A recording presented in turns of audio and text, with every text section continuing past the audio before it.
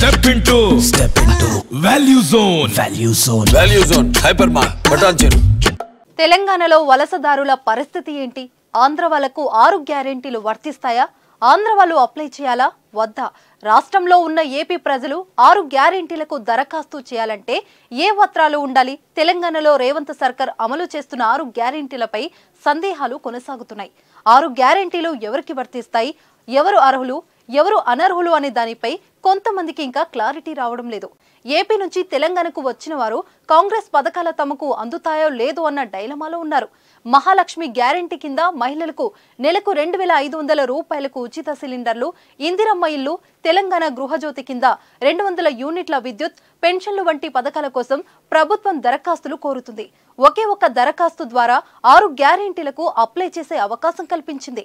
అయితే 6 గ్యారెంటీలకు దరఖాస్తు చేసుకోవాలంటే కొన్ని డాక్యుమెంట్లు తప్పనిసరి చేశారు.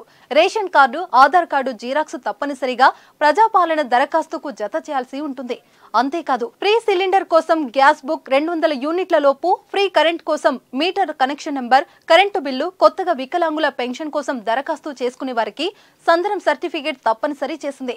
తాము అమలు చేసే 6 గ్యారెంటీలకు తెల్ల రేషన్ కార్డే ప్రధాన అర్హతని కాంగ్రెస్ నాయకులు చెప్తున్నారు.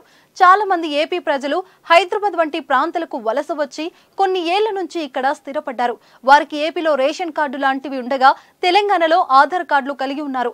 అలాంటి వారికి పథకాలు వర్తిస్తాయా లేదా అని సందిగ్ధంలో ఉన్నారు.